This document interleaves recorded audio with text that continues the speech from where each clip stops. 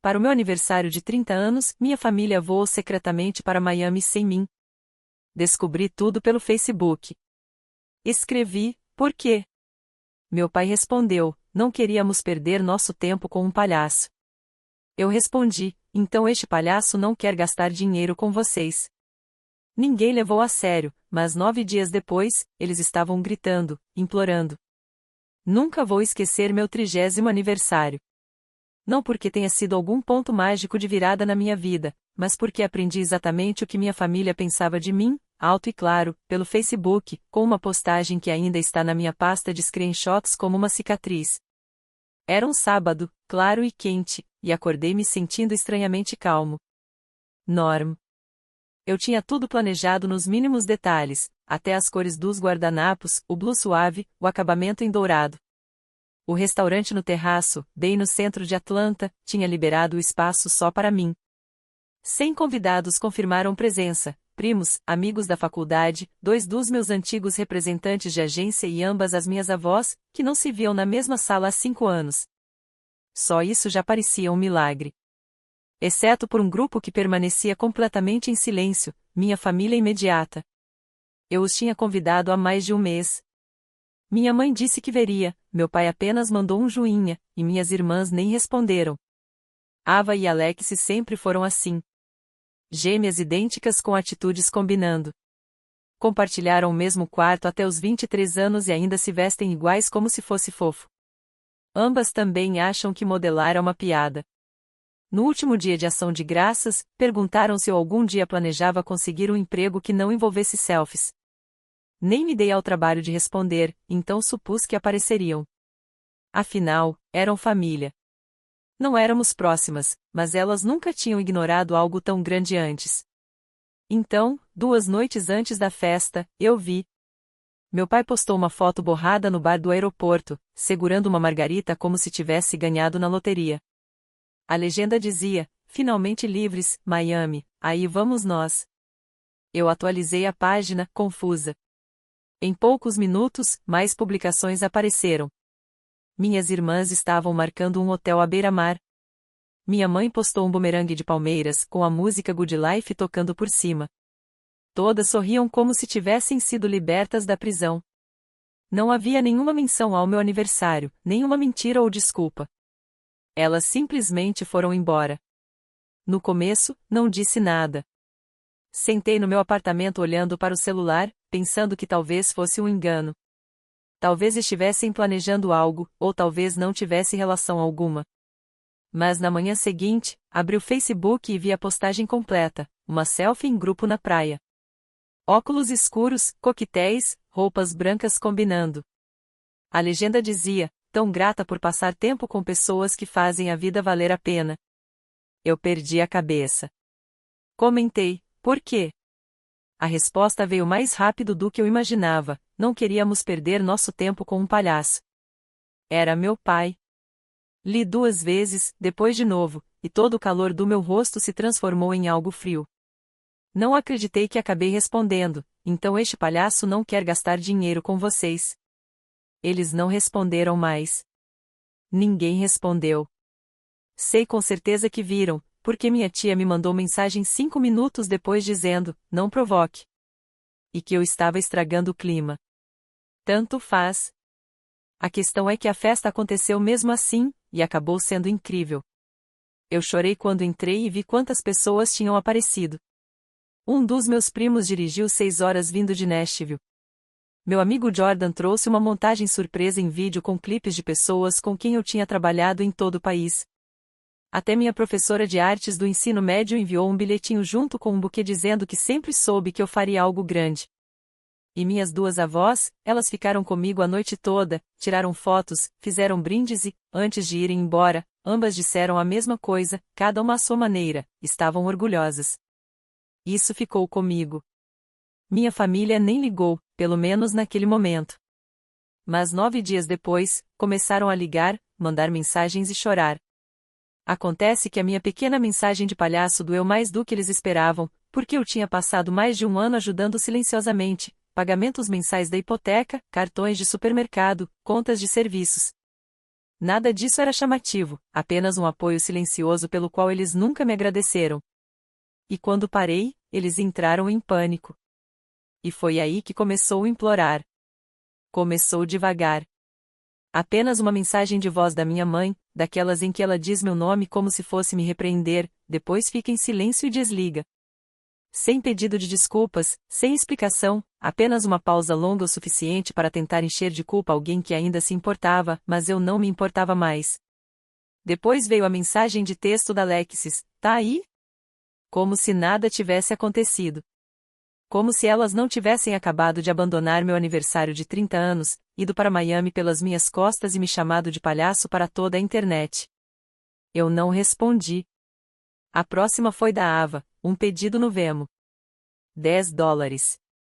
Legenda: almoço L. Essa até me fez rir alto. Elas ainda tentavam agir como se fosse normal, como se eu tivesse esquecido, como se eu fosse tão ingênua. No fim da noite, eu tinha 5 chamadas perdidas da minha mãe, 2 do meu pai, e uma última mensagem dele dizendo: "Precisamos falar urgentemente." Eu não respondi. Eu sabia exatamente do que se tratava. Eu tinha parado de enviar dinheiro. No último ano e 3 meses, eu tinha coberto silenciosamente parte da hipoteca deles. $1.200 religiosamente todo mês. Sem agradecimentos, sem checar como estavam, sem gratidão. Eles agiam como se fosse esperado, como se fosse meu dever simplesmente porque a vida deles era difícil e a minha não. O fato é que eu nunca ofereci nada por culpa. Eu fazia isso porque sabia o quão perto eles estavam de perder a casa e, apesar de tudo, ainda acreditava que estavam tentando. Meu pai tinha sido demitido. Minha mãe trabalhava na recepção de um escritório. As gêmeas viviam pulando de emprego em shopping, gastando o que ganhavam em sapatos e cursos online.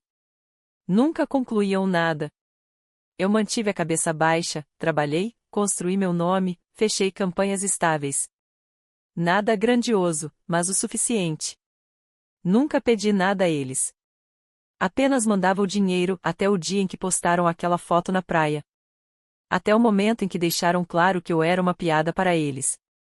Até contarem ao mundo que eu não valia o tempo deles. Então, parei. Foi aí que tudo mudou. No começo, tentaram me culpar. Você vai mesmo fazer isso com a gente? A gente não quis dizer nada com aquilo. Você está sendo sensível demais. Era só uma brincadeira. Você nem falou que o seu aniversário era tão importante assim. Nenhuma responsabilidade, só desvio. Eles ainda não entendiam. Não se tratava do aniversário. Nem mesmo do dinheiro.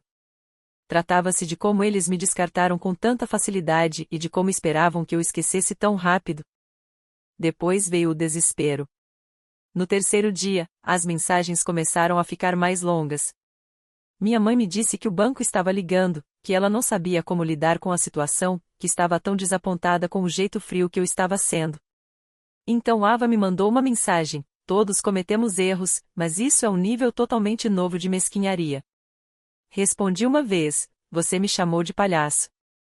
Agora quer que o palhaço pague suas contas." Nada depois disso, apenas silêncio. Até mais tarde naquela noite, quando vi faróis pela janela do meu apartamento. Meu pai estava parado em frente ao prédio. Ele ficou no carro por um tempo, provavelmente tentando descobrir se eu desceria. Eu não desci. Ele acabou caminhando até o portão e batendo na minha porta novamente, e então começou a ligar. Vi a tela acender, 3 chamadas seguidas, depois 4, e então correio de voz. Eu não atendi. Ele deixou um bilhete na minha caixa de correio que dizia: "Estamos prestes a perder a casa. Por favor, só mais um mês. Estou implorando." Fiquei olhando para ele por um minuto inteiro antes de dobrá-lo e jogá-lo no lixo. O detalhe é que eles tinham dinheiro. Aquela viagem para Miami não foi barata. Eu já tinha visto Ava postar sobre a locação da cabana deles. Minha mãe marcou um restaurante de luxo em Brielle. Eles não estavam falidos. Estavam fingindo estar. Foi então que decidi ligar para Nana. Ela atendeu no primeiro toque e disse: "Finalmente." Eu contei tudo, cada detalhe. Ela não soou surpresa. Na verdade, parecia que vinha segurando a língua há meses. E então disse algo que virou tudo de cabeça para baixo. Ela disse: "Você sabe que seus pais têm recebido ajuda de nós duas, certo?" Isso me paralisou. Duas? Perguntei. Eu e a vovó Genie. Nós estávamos cobrindo as coisas há anos, separadamente, sem contar uma para a outra, até recentemente. Descobrimos da pior maneira possível. Seus pais, eles têm mentido para todos nós. Foi aí que tudo começou a desmoronar. Depois que desliguei com a Nana, fiquei sentada em silêncio. A única coisa que eu conseguia ouvir era o zumbido da geladeira. Nem percebi que estava prendendo a respiração. Meus pais não eram apenas ingratos. Não eram apenas desrespeitosos. Eram mentirosos. Manipuladores estratégicos completos, que conseguiram enganar todos ao redor fazendo parecer que eram santos em dificuldades, enquanto usavam nosso dinheiro para se exibirem em Miami. A Nana me contou tudo. Ela vinha ajudando silenciosamente meus pais por quase 3 anos. Começou pequeno, $200 aqui e ali para emergências, e depois virou transferências mensais depois que meu pai perdeu o emprego. Ele dizia a ela que não conseguia dormir à noite pensando que a casa poderia ser tomada. Ela disse que ele ligava chorando. Chorando. Quase ri quando ouvi isso. Aquele homem nunca chorou por nada, exceto quando o Patriots perdeu o Super Bowl. Mas a cereja do bolo, a vovó Jeannie, a própria mãe do meu pai, também vinha dando dinheiro a eles há mais tempo ainda. E até um mês atrás, nenhuma das duas sabia que a outra estava fazendo isso. Descobriram por acidente. Jeannie comentou como se orgulhava de manter a família de pé, e a Nana perguntou o que ela queria dizer. Uma conversa acabou se transformando em uma revelação completa. Entre as duas, elas tinham pago quase $40.000 naquela casa e nunca foram informadas da minha ajuda. Eu enviava $1.200 por mês. Jeannie mandava 700. Nana contribuía com 500.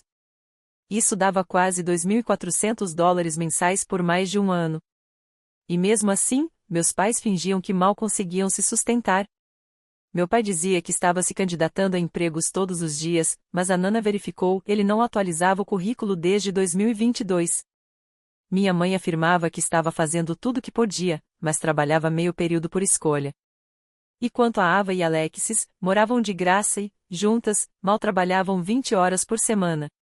Perguntei a Nana se ela alguma vez os viu passar por dificuldades. Ela riu. Disseram que tinham um novo sofá de couro, uma TV de 70 polegadas. Alguém pagou para reformar o quintal, com móveis novos e luzes decorativas. Eles fizeram 2 churrascos naquele verão e, mesmo assim, continuavam chorando miséria. A voz da Nana ficou mais baixa quando contou a última parte. Sua mãe me disse uma vez que você estava instável, que não estava bem, que não queria ser incomodada com problemas de família. Isso me atingiu mais do que eu esperava. Eles me pintaram como a fracassada, a irresponsável, a palhaça. Enquanto isso, eu era quem pagava as contas deles por trás dos panos. E as gêmeas, elas não eram apenas distantes. Elas tinham sido manipuladas. A Nana disse que contaram a elas que eu tinha cortado relações com a família depois que me mudei. Que eu não queria saber de ninguém. Que eu me achava melhor do que todos. O que, de repente, explicava muita coisa. Porque eles me ignoravam, porque nunca vinham aos meus eventos, porque sempre havia esse muro frio entre nós. Acontece que eles foram alimentados com mentiras por anos. Quando Nana e Jeannie juntaram as peças, ficaram furiosas. Nana disse que Jeannie quase jogou o telefone no chão quando viu a postagem do aniversário em Miami. Nenhuma das duas disse nada na hora porque não queriam piorar a situação para mim. Mas aquele silêncio acabou. Acabou, foi o que Nana disse. Sem mais dinheiro, sem mais ajuda. E se eles perguntarem o motivo, vamos contar alto e claro. Eu mal consegui dizer uma palavra. Apenas ouvi. Deixei tudo afundar. Então as mensagens começaram a chegar de novo. Só que desta vez eram diferentes. Alexis, por que você não me disse que estava ajudando eles? Ava, disseram que era a vovó o tempo todo. Não você, Alexis. Mais uma vez, percebi que eles nos mentiram muito. Eu não respondi. Ainda não. Queria ver até onde isso ia. No dia seguinte, minha mãe enviou uma mensagem longa. Desta vez, não era para me encher de culpa. Era puro pânico. Ligamos para o banco. Eles estão revisando nosso histórico de pagamentos. Se congelarem a conta, estaremos arruinados. Por favor, apenas nos ajude mais uma vez. Eu não me importo com o aniversário. Desculpe. Apenas nos ajude. Foi a primeira vez que a palavra desculpe apareceu, mas não pelo motivo certo. Não era sobre o que eles fizeram. Era sobre conseguir dinheiro. Naquela noite, tive uma longa ligação com a vovó Genie. Ela disse que ela e a Nana estavam coordenando algo, um tipo de intervenção, não uma conversa casual, mas um encontro sério, com tudo na mesa. Um jantar em família. Eles convidaram todo mundo, eu, meus pais, as gêmeas, alguns primos próximos e ambas as avós. Gianni disse: vamos colocar as coisas em pratos limpos, e eles vão responder pelo que fizeram com você. O jantar foi marcado para sábado. Meus pais não faziam ideia do que os esperava. Recebi o texto oficial na quinta tarde, da Nana. Jantar marcado. Sábado, 18 horas. Nossa casa. Chegue mais cedo se quiser ajudar com a sobremesa. Soou estranhamente casual, considerando o que estava por vir. Uma verdadeira acerto de contas familiar disfarçado de carne assada com chá doce. Mas eu conhecia a Nana. Ela não ia explodir. Ela iria desmontá-los educadamente, com um sorriso e uma voz firme que fazia as pessoas sentirem vergonha sem nem precisar elevar o tom. Respondi: estarei lá. O que eu não sabia era o quanto realmente iria acontecer naquela noite e até onde meus pais tinham levado as coisas nos bastidores. Sábado chegou, e eu cheguei cedo. A Nana já estava fatiando morangos como se fosse uma noite completamente normal. Gianni apareceu 20 minutos depois com uma torta de limão caseira e uma pasta. Não um livro de receitas, uma pasta de verdade. Ela bateu nela e disse: está tudo aqui. Acontece que Gianni vinha registrando todos os pagamentos, cada transferência, cada recibo, cada desculpa. Ela tinha datas, mensagens de texto e até impressões de quando meu pai pedia dinheiro extra para cobrir um empréstimo antigo que nunca existiu. Perguntei a ela há quanto tempo estava documentando tudo. Ela disse: desde 2021, algo não parecia certo. Eu só não sabia o que até agora. Às 18 horas, todos haviam chegado. A mesa estava posta como qualquer refeição normal de feriado. Não parecia que um ataque financeiro estava prestes a acontecer, mas a tensão era tão densa que praticamente ocupava sua própria cadeira. Meus pais entraram agindo completamente normais. Minha mãe elogiou o arranjo de flores. Meu pai abraçou a Nana e disse: está incrível. Ava e Alexis pareciam mais nervosas. Ficavam me olhando como se quisessem dizer algo, mas ainda não podiam. O jantar começou devagar: rosbife, macarrão com queijo, pão de milho, conversa sobre o tempo, trabalho, qualquer coisa menos o elefante na sala. Então a Nana colocou o garfo na mesa e disse: certo, vamos falar sobre o que aconteceu. Tudo congelou. Meu pai riu, tentando minimizar. Minha mãe tomou um gole de vinho. Então Gianni colocou a pasta na mesa e a abriu. Ficou muito silencioso. Ela começou a ler cada valor, cada data, cada vez que eles disseram que mal conseguiam se sustentar, enquanto viajavam para Miami ou pediam biquínis combinando para alguma foto em que nem se deram ao trabalho de me incluir. Minha mãe tentou interromper. Gianni levantou um dedo e continuou. Então a Nana acrescentou sua parte. Explicou como meus pais me pintaram como instável, como disseram que eu me recusava a ajudar, quando na verdade eu estava fazendo mais do que os dois juntos. Ela até mostrou uma captura de tela do meu histórico no Vemo, que eu nem sabia que ela tinha.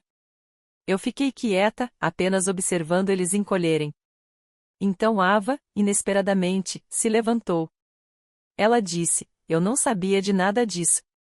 Minha mãe tentou fazê-la calar, mas Ava continuou: eles nos disseram que você não queria nossa presença, que tinha vergonha da gente, que achava que éramos perdedores.